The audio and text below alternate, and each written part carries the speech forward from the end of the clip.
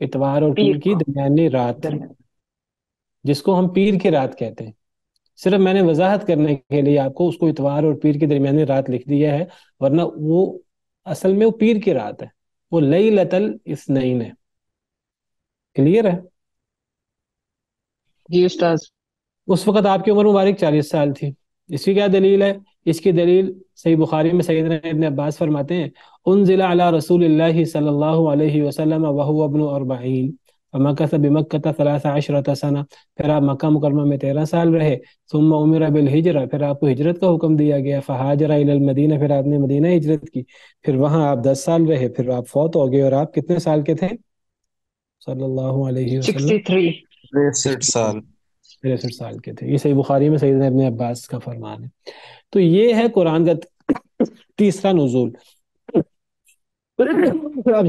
اب جب قرآن کے 3 نزول ہیں تو قرآن کے 3 نزول کیوں ہیں؟ اللہ نے ایک ہی دفعہ کیوں نہیں نازل کر دیا؟ اصل میں دیکھیے، جو قرآن کا نزول لوح محفوظ میں ہے وہ تو واضح ہے، ہر چیز کو اللہ نے سب سے پہلے لوح محفوظ میں رکھا. جو قرآن کا نزول نبی صلی اللہ علیہ وسلم کے قلب اطہر پر ہے وہ واضح ہے کہ وہاں امت کے لیے، انسانوں کے لیے اللہ نے قرآن کے احکامات اتارنے تھے. اصل سوال ہے قرآن کا نزول آسمان دنیا پر، اس کی کیا حکمت ہے؟ تو آسمان دنیا پر قرآن کے نزول کی حکمت علماء نے بیان کی ہے.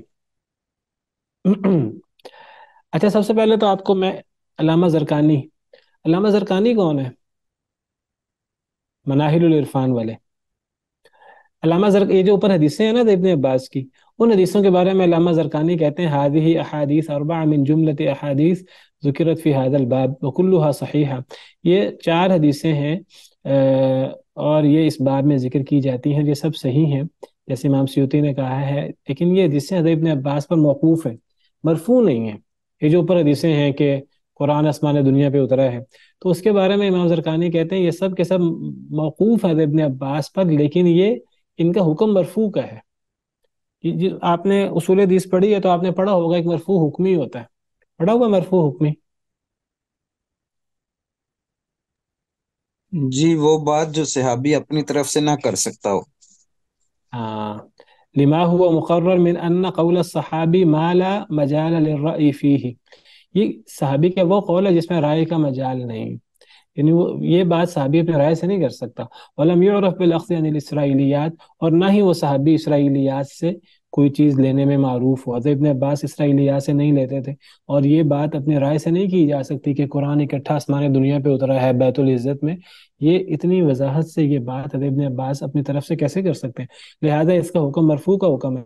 ولا ریب ان نزول القرآن الى بیت العزت من انباء الغیب. اس میں کوئی شک نہیں کہ قرآن کا نزول بیت العزت میں، یہ صحیح حدیث ہے، قرآن کا نزول بیت العزت میں یہ غیب کی خبروں میں سے ہے، اور اس کو صرف معصوم جان سکتا ہے، یعنی نبی.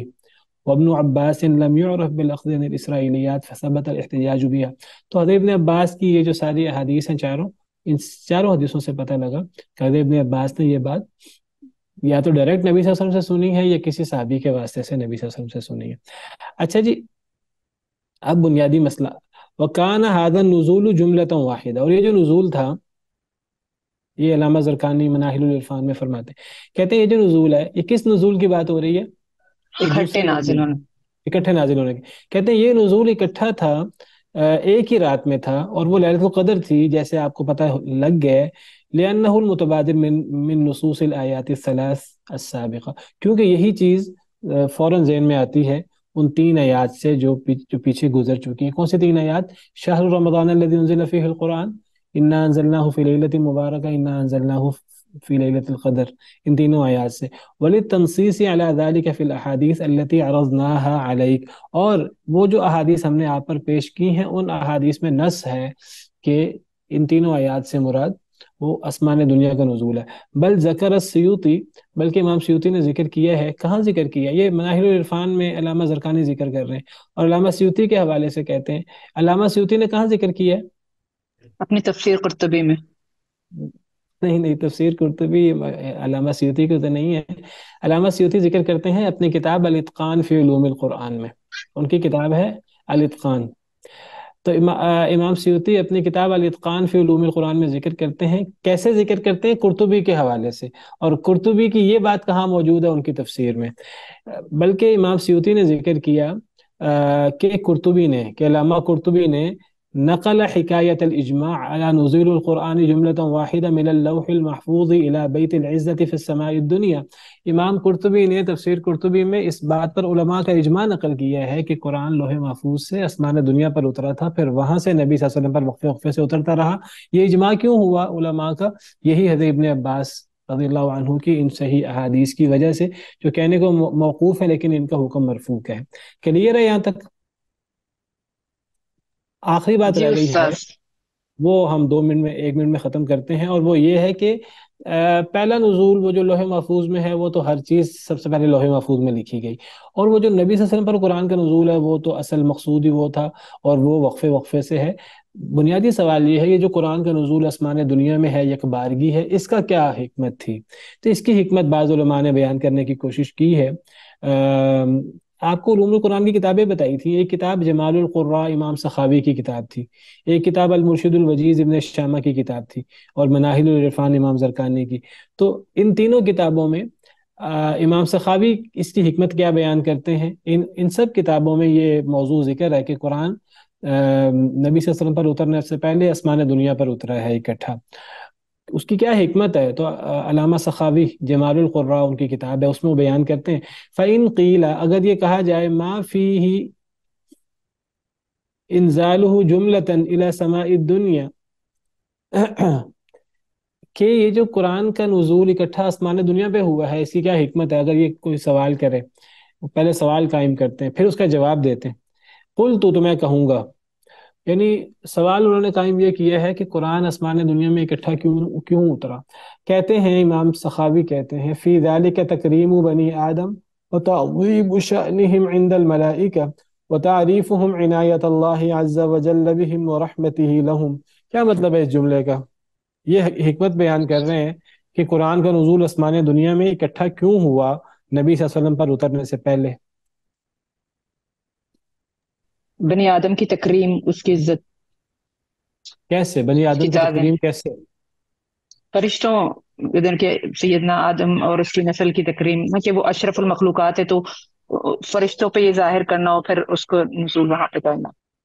یعنی جب قرآن کریم کو آسمان دنیا میں اکٹھا اتارا گیا، تو قرآن کریم کو جس طرح آپ دیکھیے، اس کی مثال آپ لیں دنیا میں، یہ ہمارے ہاں ورلڈ کپ وغیرہ ہوتے ہیں، تو پھر ورلڈ کپ وغیرہ کی ٹرافی اور ورلڈ کپ کو اہمیت دینے کے لیے کیا کرتے ہیں؟ وہ ٹرافی کو پھراتے ہیں پوری دنیا میں. پوری دنیا میں باقاعدہ جو ہے نا اس کو پھرایا جاتا ہے، اور ایک شوق پیدا کیا جاتا ہے لوگوں میں، اور باقاعدہ اس کی تقریب منعقد ہوتی ہے، اور پھر اس کو بڑے خوبصورت سجا کر اس ٹرافی کو رکھا جاتا ہے.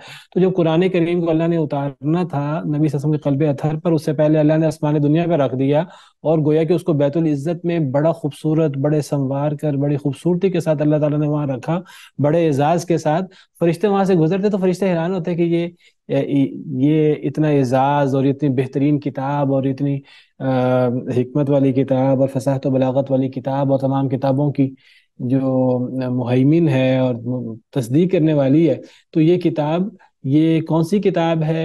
ایک دوسرے سے پوچھتے فرشتے. اور یہ کس پہ نازل ہونے والی ہے؟ یہ محمد صلی اللہ علیہ وسلم پر نازل ہونے والی ہے، کس امت پر نازل ہونے والی ہے؟ تو آٹومیٹک اس سے قرآن کی اہمیت اور قرآن جس پر نازل ہوا اس کی اہمیت فرشتوں کے سامنے ظاہر ہوئی. یہ فرما رہے ہیں امام سخاوی، کہتے ہیں فی ذالک تکریم بنی آدم، اس میں بنی آدم کی تکریم تھی. بنی آدم یعنی انسان، حضرت آدم کے بیٹے، کہ یہ قرآن جیسی عظیم کتاب بنی آدم پر اترنے والی ہے، تو بنی آدم کی فضیلت. وتعظیم شأنہم عند الملائکہ، اور فرشتوں کے ہاں بنی آدم کا مقام بلند ہوا. اب بنی آدم کا مقام فرشتوں سے بلند ہے، جو ایمان والے ہیں خاص طور پر. تو فرشتوں نے اس کو تسلیم کیا، اور فرشتوں کے سامنے ان کا مقام بلند ہوا. وَتَعْرِيفُهُمْ عِنَایَةَ اللَّهِ عَزَّ وَجَلَّ بِهِمْ، اور فرشتوں کو پتہ لگا کہ اللہ کی کتنی عنایت ہے بنی آدم پر، اور اللہ کی کتنی رحمت ہے ان پر. یہ کس نے کہا؟ امام سخاوی نے. اچھا جی، امام ابن شامہ کیا فرماتے ہیں؟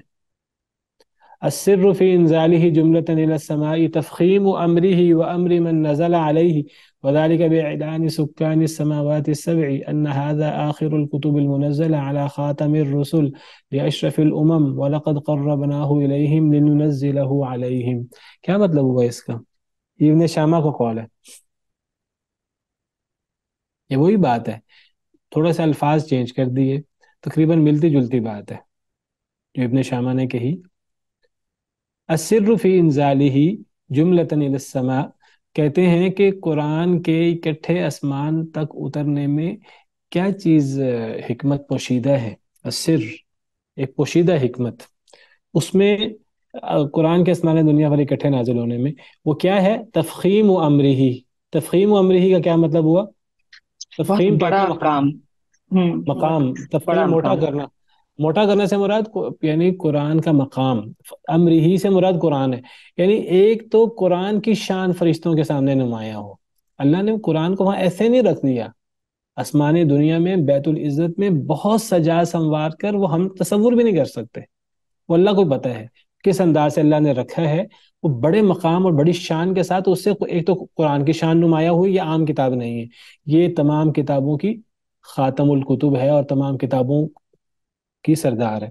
ایک تو قرآن کی شان نمایاں ہوئی، اور نمبر دو وَأَمْرِ مَن نَزَلَ عَلَيْهِ، ایک تو قرآن کی شان نمایاں ہوئی، اور نمبر دو جس پر قرآن نازل ہو رہا ہے اس کی شان. کس پر قرآن نازل ہو رہا ہے؟ امت محمدیہ، جن کے محمد صلی سرخیل اللہ علیہ وسلم. نبی کریم صلی اللہ علیہ وسلم ہے.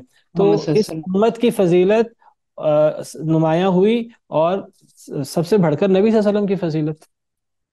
کیسے؟ وَذَلِكَ بِإِعْلَانِ سُكَّانِ السَّمَاوَاتِ السَّبْعِ، وہ ایسے کہ ساتوں آسمان والوں کے سامنے یہ اعلان ہو جائے، ساتوں آسمان والوں کے سامنے یہ اعلان ہو جائے ان ھذا آخر الکتب المنزلہ، کہ یہ اللہ کی نازل کردہ کتابوں میں سے آخری کتاب ہے جو خاتم الرسل پر نازل ہو رہی ہے، جو اشرف ترین امت کے لیے، سب سے افضل امت کے لیے نازل ہو رہی ہے. وَلَقَدْ قَرَّبْنَاهُ إِلَيْهِمْ، اور ہم نے اس کتاب کو قریب کر دیا ہے، اب ہم یہاں سے وقفے وقفے سے اس کو نازل کر رہے ہیں. تو یہ ایک فرشتوں کے سامنے اصل میں قرآن کا مقام، اور جس کو قرآن نازل ہو رہا ہے اس کا مقام واضح کرنے کے لیے. یہ ابن شامہ نے المرشد الوجیز، معروف کتاب ہے علوم قرآن کی، اس میں اپنی کتاب میں وہ لکھتے ہیں. تیسری بات لکھتے ہیں علامہ زرقانی، وہ فرماتے ہیں کیا حکمت ہے قرآن کے آسمان دنیا پر نزول کی. وہ کہتے ہیں وفی تعدد النزول وأماكنه مرة في اللوح وأخرى في بيت العزة وثالثة على قلب النبي صلی اللہ علیہ وسلم. کہتے ہیں کہ قرآن کے تعدد نزول میں، قرآن کے بار بار نزول میں، قرآن کا ایک نزول لوح محفوظ میں ہوا، ایک نزول قرآن کا آسمان دنیا میں ہوا، ایک نزول قرآن کا نبی صلی اللہ علیہ وسلم کے قلب اطہر پر ہوا. یہ جو اتنی مرتبہ قرآن کا نزول ہے بار بار، فی ذلک التعدد مبالغۃ فی نفی الشک عن القرآن. یہ جو تعدد قرآن کے نزول کا ہے، اب قرآن جتنی دفعہ نازل ہوگا گویا کہ اتنی دفعہ قرآن کے بارے میں شک کی نفی ہوگی. ایک چیز ایک دفعہ نازل ہو کوئی شک کر سکتا ہے، ایک چیز دو دفعہ نازل ہو، تین دفعہ نازل ہو، بار بار نازل ہو، تو شک کم ہوتا رہتا ہے. جیسے تواتر سے شک کم ہوتا رہتا ہے نا، اسی طرح بار بار نزول سے بھی شک کم ہو جاتا ہے. وہ زیادۃ للایمان، ایمان میں اضافہ ہوتا ہے. دیکھیں قرآن کی کئی آیتیں ہیں جو قرآن میں 10 مرتبہ ہیں، قرآن کے بعض موضوعات قرآن میں 20 مرتبہ ہیں. فَبِأَيِّ آلَاءِ رَبِّكُمَا تُكَذِّبَانِ 31 مرتبہ ایک ہی صورت میں ہے. وَيْلٌ يَوْمَئِذٍ لِّلْمُكَذِّبِينَ، ایک ہی بات قرآن میں سورہ ملک میں کئی دفعہ دہرائی گئی ہے، وہ زور دینے کے لیے ہوتا ہے. تو قرآن کے بھی بار بار اترنے میں شک کی نفی میں مبالغہ ہے، اور قرآن پر ایمان لانے میں زیادتی ہوتی ہے. وَبَاعِثٌ عَلَى الثِّقَةِ فِيهِ، قرآن پر اعتماد میں اضافہ ہوتا ہے. لِأَنَّ الْكَلَامَ إِذَا سُجِّلَ فِي سِجِلَّاتٍ مُتَعَدِّدَةٍ، کیونکہ اگر ایک کلام کو کئی رجسٹروں میں لکھا جائے، سجلات کہتے ہیں رجسٹروں میں، اگر ایک کلام کو ایک رجسٹر کی بجائے کئی رجسٹروں میں لکھا جائے، وصحت لہو وجودات کثیرہ، اور ایک کلام کے ایک سے زیادہ وجود ہوں، ایک کلام ایک کتاب کی بجائے 10 کتابوں میں پائی جائے، کان ذالک انفی للریب عنہ، تو وہ کلام اس سے شک کی نفی بالکل ہو جاتی ہے، شک کی ہر لحاظ سے نفی ہو جاتی ہے. وادعا الی تسلیم ثبوتہ، اور یہ اس چیز کے ثبوت کو تسلیم کرنے کی طرف زیادہ اس سے رغبت پیدا ہوتی ہے. وادنا الی وفرۃ الایقان، اور یقین زیادہ پیدا ہوتا ہے. مما لو سجل فی سجل واحد، اس سے کہ اگر وہ کلام ایک رجسٹر میں لکھا ہو. کہتے ہیں اگر ایک بات ایک کتاب میں یا ایک رجسٹر میں لکھی ہو اور وہی بات کئی رجسٹروں میں یا کئی کتابوں میں لکھی ہو، تو جو بات زیادہ کتابوں میں لکھی ہوگی، لازمی سی بات ہے لوگوں کو اس پر زیادہ اعتماد ہوگا. تو یہ اپنے اپنے انداز سے علماء جو ہے وہ اس کی توجیہ کر رہے ہیں. اللہ عالم، اللہ بہتر جانتے ہیں. تو قرآن کے بار بار نزول کی یہ حکمتیں، اور خاص طور پر قرآن کا جو نزول آسمان دنیا میں یکبارگی ہوا ہے، اس کی حکمت بعض علماء نے اپنے اپنے انداز سے بیان کی ہے، اللہ بہتر جانتے ہیں. تو ہم اس کو اسی پر بس کرتے ہیں. ہمارا اگلا موضوع انشاءاللہ جو اگلے لیکچر میں ہم پڑھیں گے، وہ بڑا اہم موضوع ہے. اور وہ پتہ کیا ہے؟ وہ نبی صلی اللہ علیہ وسلم پر قرآن کا نزول یکبارگی کیوں نہیں ہوا، وقفے وقفے سے کیوں ہوا ہے، اس کی پیچھے کیا حکمت ہے. اگر قرآن نبی صلی اللہ علیہ وسلم پر اکٹھا نازل ہو جاتا، حضرت موسیٰ کی تورات کی طرح، دیگر کتابوں کی طرح، اور اس میں اور قرآن کریم کے وقفے وقفے سے اترنے میں، دونوں باتوں میں کیا فرق ہے، تو قرآن کریم کو وقفے وقفے سے کیوں نازل کیا گیا ہے. تو ہمارا اگلا موضوع انشاءاللہ ہوگا الحکم والاسرار فی تنجیم القرآن. قرآن کے وقفے وقفے سے نازل ہونے کے پیچھے حکمتیں اور پوشیدہ باتیں کیا ہو سکتی ہیں. قرآن و سنت کی روشنی میں اس کو تلاش کرنے کی کوشش کریں گے. اسی پر بس کرتے ہیں. کوئی سوال ہے تو آپ کر سکتے ہیں. تالیف قلب، سوالات کے جوابات. جی وہ میں نیکسٹ کا ٹاپک کے بارے میں لکھ رہی تھی.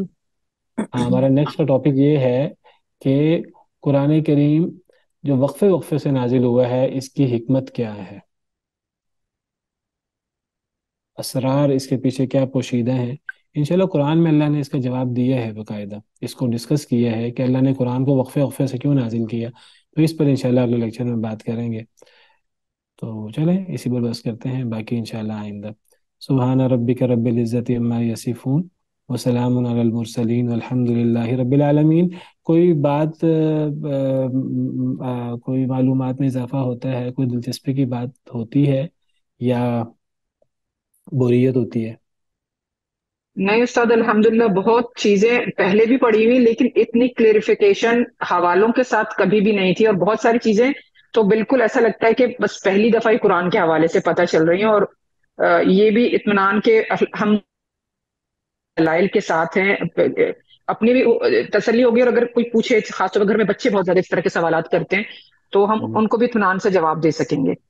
ہاں جی. اور دیکھیے سب سے اہم چیز یہ ہے کہ یہ قرآن کے بارے میں، اور قرآن کے بارے میں بنیادی معلومات ہیں، اور یہ معلومات ہمیں خود پتہ بھی ہونا چاہیے، اور دوسروں کو بھی ہمیں ریفرنس کے ساتھ ہمیں بتانا بھی چاہیے. چلیں انشاءاللہ جی، اللہ کلاس تعالیٰ. بہت انٹرسٹنگ ہے، بہت مزہ آ رہا ہے، ان کے بوریت بالکل بھی نہیں ہوتی اس کلاس میں. چلیں جی اور اللہ تعالیٰ. برڈن بھی فیل نہیں ہوتا. چلیں بس جی اللہ تھوڑا سا تعالیٰ. جی جی سیگوں بتائیں. کا ہے کہ تھوڑا سا سیگوں کا ہے کہ جیسے اب آج والا سیگا تھا، تو وہ ہاں. پھر ہم لوگ قاعدے تو سارے بھول جاتے ہیں. تو ہوں. مجھے بڑی پریشانی ہو رہی تھی کہ اتنے عرصے سے پڑھ رہے ہیں، اور اگر ہم لوگ اس طرح سے چھوڑ دیں گے تو پھر کیا بنے گا. مجھے تو آج کل نہ فکر لگی ہوئی ہے کہ تھوڑا سا ٹائم رہ گیا ہمارا، تو ہم لوگ اس طرح سے نہیں کر پائے، یعنی کہ اس پہلو میں سے میں سیگوں اصل والے میں پہلو. یہ کچھ چیزیں اس لیے نمایاں کرنے کی کوشش کرتا ہوں آپ کے سامنے کہ دیکھیے یہ چیزیں کتنی بنیادی ہیں، اور کس طرح آپ دیکھیے علماء یہ صیغوں سے، اور یہ تفسیر کے اندر یہ چیز کتنی ہمیں فائدہ دیتی ہے، اور قرآن کو سمجھنے میں. اور آپ کبھی یعنی اصل میں ہم تو عربی کتابیں پڑھتے نہیں ہیں. عربی کتابیں اگر کبھی ہم پڑھیں تو ہمیں اندازہ ہو کہ علماء ان صیغوں سے کتنے نقطے حل کرتے ہیں اور کتنی چیزیں نکالتے ہیں. اور ان میں سے اکثر چیزیں ہم نے پڑھی ہیں، لیکن وہی سوال ہے اب پریکٹس ان کی. اور اصل میں اس کے لیے وہ جو کہتے ہیں نا کہ أخي لن تنال العلم إلا بستة سأنبيك عن تفصيلها ببياني ذكاء وحرص واجتهاد وبلغة وصحبة أستاذ وطول زماني. کہ علم آتا ہے 6 چیزوں کے ساتھ. امام شافعی کے شاعر یہ قول ہے، امام شافعی کے شعر ہے. کسی نے کہا کہ علم کیسے حاصل ہوتا ہے، انہوں نے کہا 6 چیزوں کے ساتھ علم حاصل ہوتا ہے. تو وہ 6 چیزوں کے اندر وہ ایک چیز اس میں سے صحبت و استاد ہے، استاد کی لمبی صحبت. اصل میں جو ہم چاہتے ہیں نا آج کہ بس 2 دن میں یہ چیز حاصل کر لیں، اور 4 گھنٹوں میں یہ چیز حاصل کر لیں، اور 1 گھنٹے میں یہ چیز حاصل کر لیں، اور 10 منٹ میں یہ چیز حاصل کر لیں، تو وہ پھر اس سے وہ اسی طرح کا علم آتا ہے. علم اصل میں اس میں نا یعنی جو صحیح علم ہوتا ہے اس میں استاد کی رفاقت اور لمبی رفاقت، لمبا وقت گزارنا استاد کے ساتھ، اس سے جو علم حاصل ہوتا ہے، اور پھر وہ جو اس کی پریکٹس، اور پھر وہ جو اجرا جو ہے نا، یہ بہت اہم چیز ہے۔ اور پھر مختصر اور شارٹ کٹ، اور اس کے ساتھ پھر وہ اسی طرح کا علم ہوتا ہے جیسے آج ہمارا علم ہے، ناقص سا اور دیکھیے میں ہمیشہ سوچتا ہوں کہ قرآن وہی ہے سارے کا سارا، احادیث وہی ہیں ساری کی ساری، بلکہ آج ہم قرآن کی آیتیں اگر ہم حافظ نہ ہوں، ہم قرآن کی آیتیں زیادہ جلدی نکال لیتے ہیں، ہم احادیث مبارکہ زیادہ جلدی تلاش کر لیتے ہیں۔ احادیث بھی وہی ہیں، قرآن بھی وہی ہے، لیکن پچھلے علماء وہ کیسے علم کے پہاڑ تھے، کیسے وہ ایک ایک آیت سے اور ایک ایک حدیث سے کتنے کتنے مسئلے اخذ کرتے تھے، اور آج ہمارے ہاں جو ہے وہ علم ختم ہوا ہے۔ حالانکہ نہ قرآن کریم میں کوئی فرق ہے، نہ کوئی حدیث مبارکہ میں فرق ہے، فرق تو وہ اس علم میں ہے، اور اس گہرائی میں ہے جو پرانے علماء میں تھی۔ آپ دیکھیں صحابہ نے دین کا ہر مسئلہ قرآن یا حدیث سے نکالا ہے۔ آج تو ہمیں بنا بنایا مل گیا نا، ہم اس کو آگے بڑے جذبے کے ساتھ پیش کر دیتے ہیں، دیکھیں جی یہ میری تحقیق ہے، میں آپ کے سامنے تحقیق پیش کر رہا ہوں۔ لوگ بڑی بڑی جو ہے نا باتیں کرتے ہیں، تحقیق پیش کرتے ہوئے ساری کی ساری جو ہے نا وہ کتابوں سے لی ہوئی، اور وہ صحابہ کرام سے لی ہوئی، اور صحابہ کرام نے یہ چیزیں ساری کہاں سے سیکھی؟ ساری قرآن حدیث سے لی ہیں۔ ایک ایک بات قرآن حدیث سے لی، نبی صلی اللہ علیہ وسلم سے سیکھا، اور ایک ایک بات قرآن حدیث سے لی ہے، ایک ایک مسئلہ قرآن حدیث سے اخذ کی ہے۔ کبھی آپ صحیح بخاری پڑھیں، حدیث کی کتابیں پڑھیں، کیسے ایک ایک مسئلہ قرآن سے اور حدیث سے اخذ کرتے ہیں۔ دوبارہ اصل ہے جو کہ ان سے لینے والے اور ان کی مکھی پہ مکھی مارنے والے۔ تو بہرحال بڑی سعادت کی بات ہے اگر ہم پرانے علماء کی بات پڑھ سکیں، پرانے علماء کی بات سمجھ سکیں، اور خاص طور پہ عربی کتابیں اگر پڑھ سکیں۔ تو بہرحال میں اس کی کوشش کرتا ہوں کہ عربی چیز ہو تو عربی میں پڑھے نا، اس کو پڑھنے کا مزہ کچھ اور ہوتا ہے۔ اس لیے آپ نے دیکھا کہ میں نے یہ نوٹس بنائے ہوئے ہیں نا، اصل میں ایک کلاس لیتا ہوں ایم فل کی، پی ایچ ڈی کی یونیورسٹی میں، اس کے لیے میں نے نوٹس بنائے ہیں، وہی آپ کو سبجیکٹ پڑھا رہا ہوں۔ اس میں کچھ چیزیں میں نے عربی میں لکھی ہوئی ہیں، اب تو وہ مزہ آتا ہے عربی میں پڑھنے کا، اور عربی میں آگے بتانے کا، وہ عربی میں پڑھنے کا اور عربی میں آگے بتانے کا ایک الگ ہی جو ہے نا وہ ایک اس میں علمیت ہوتی ہے۔ اس کو اگر اردو میں بتا دیا جائے، اردو میں وہ ترجمے غلط ہو جاتے ہیں، بات کہیں سے کہیں نکل آتی ہے، اور اس طرح کی چیزیں ہوتی ہیں۔ بہرحال چلیں، ٹائم کافی اوپر ہو کہ گیا ہے۔ مطلب ہمیں اس مقام تک پہنچنے میں بڑا عرصہ لگے گا، اور پھر آپ لیکن کا تو ماشاء اللہ لیل و نہار اس کام میں لگے ہوئے ہیں۔ ہم تو چنا منا سا چند منٹ دے کے سمجھتے ہیں کہ ہم نے سارا کچھ کر لیا ہے، تو اس لیے نہیں دعا جی، کیا کریں کہ اللہ ہمیں بس کچھ عطا کر دے۔ نہیں اللہ تعالیٰ دیکھیے دعا بھی ہے، اللہم انفعنا بما علمتنا، میری اکثر دعا یہ ہوتی ہے، اللہم انفعنا بما علمتنا وعلمنا ما ينفعنا وزدنا علما۔ اور درس شروع کرنے سے پہلے بھی یہ دعا پڑھتے ہیں، اور اسی نیت سے میں پڑھتا ہوں، اور آپ بھی یہ دعا پڑھیں زیادہ سے زیادہ۔ صرف نا اصل میں ایک چیز کی اہمیت آپ کے ذہن میں آ جائے۔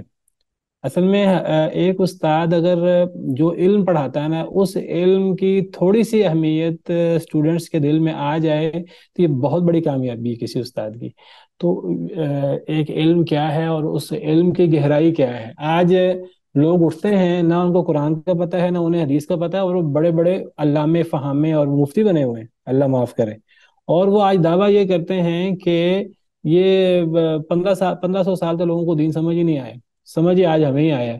اور وہ کہتے ہیں وہ قرآن و حدیث تو ہمارے پاس بھی ہے، قرآن سے یہ ثابت ہوتا ہے، حدیث سے یہ ثابت ہوتا ہے، اور وہ اتنے دھڑلے سے اللہ معاف کرے وہ صحابہ کرام کے اقوال کا رد کر رہے ہیں، وہ علماء کے اقوال کا رد کر رہے ہیں۔ اور کبھی کوئی ان سے پوچھے کہ فلاں امام نے یہ بات کہی ہے، فلاں امام نے یہ بات کہی، فلاں امام نے یہ بات کہی ہے، وہ کہتے ہیں وہ کون ہوتے ہیں؟ وہ بھی انسان تھے، ہم بھی انسان ہیں، انجینئرنگ کرنے والے اور ڈاکٹری اور جرنل اور دنیاوی عہدوں والے تھوڑا سا قرآن کا ترجمہ پڑھ لیتے ہیں، ترجمے سے قرآن پڑھتے ہیں، عربی پڑھنی نہیں آتی، ترجمے سے حدیث پڑھتے ہیں، عربی پڑھنی نہیں آتی، گرامر کا الف بے کا نہیں پتا، اور وہ لگے ہوئے ہیں اجتہاد کرنے، اور مثالیں ایسی پیش کرتے ہیں، جب بھی بات کریں گے تو وہ امام بخاری کے ساتھ تقابل کر رہے ہیں، کہیں بات کریں گے تو اپنا تقابل کسی صحابی کے ساتھ کر رہے ہیں، کہیں اپنے آپ کو، بس اللہ معاف کرے میرا اشارہ انجینئر مرزا جوید احمد غامدی اور اس ٹائپ لوگوں پر ہے۔ یعنی کسی مدرسے سے نہیں پڑھا، کسی، یعنی آپ مجھے بتائیے کوئی کون سا ایسا ڈاکٹر ہے کہ کسی اس نے باقاعدہ میڈیکل کے ایک باقاعدہ سلیبس سے نہیں گزرا، میڈیکل کا اس نے کوئی باقاعدہ کورس نہیں پڑھا، لیکن وہ اپنے آپ کو ڈاکٹر بھی کہہ رہا ہے، اور وہ لوگوں کو میڈیکل پڑھا بھی رہا ہے، اور وہ اس فن میں مجتہد بنا بیٹھا ہے، اس سے بڑا ڈاکٹر ہی کوئی نہیں ہے، اور وہ سب لوگوں کو غلط کہہ رہا ہے، اور اس کا دعویٰ یہ ہے کہ سارے ہی غلط ہیں، بس میں ہی ٹھیک ہوں، اور حالانکہ اس نے جو ہے نا وہ میڈیکل کو کسی باقاعدہ سلیبس سے پڑھا ہی نہیں ہے، اور اس کو میڈیکل کی کتاب انگلش میں جو جو کتاب ہے اس کو انگلش پڑھنی بھی نہیں آتی، وہ کہتا ہے سب سے بڑا علامہ فہامہ میں ہوں۔ اور انجینئرنگ کے میدان میں، اور آپ کوئی بھی میدان لے لیں، تو قرآن کا میدان، حدیث کا میدان تو عربی زبان کا میدان ہے، اور اس میں وقت لگتا ہے، وہ وقت لگانے کا، وہ کہیں یہاں سے درس سن لیا، کہیں یہاں سے درس سن لیا، یہاں سے درس سن لیا، اور اس سے بڑا مجتہد ہی کوئی نہیں ہے آج۔ یہ وہ لوگ ہیں، نبی صلی اللہ علیہ وسلم نے فرمایا تھا کہ قرب قیامت دین علم جو ہے یہ اٹھا لیا جائے گا، اور علم کیسے اٹھتا ہے؟ قرآن حدیث موجود ہے، علم اٹھتا ہے علماء کے اٹھنے سے۔ ان اللہ لا ينتزع العلم انتزاعا ينتزعه من قلوب الناس، اللہ علم کو لوگوں کے ذہنوں سے نہیں کھینچ لیں گے، اللہ ولکن بقبض العلماء، علم اٹھتا ہے علماء کے اٹھنے سے۔ اور حتیٰ کہ جب لوگ علماء فوت ہوتے جائیں گے، میری زندگی میں اتنے بڑے بڑے علماء فوت ہوئے ہیں، میں پریشان ہوتا ہوں کہ ان علماء کے بعد ان جیسے علماء پیدا ہوں گے کہ نہیں ہوں گے؟ وہ تو چلے گئے قبر میں، اور وہ علم کتابوں میں رہ گیا، علم تو علماء کے سینوں میں رہ گیا، اب تو وہ معلومات موجود ہیں، قرآن موجود ہے، حدیث موجود ہے، اس سے علم حاصل کرنے والے، نکتہ چینی کرنے والے، مسئلے اجتہاد کرنے والے وہ علماء کی طرح ہیں، وہ علماء موجود نہیں ہیں۔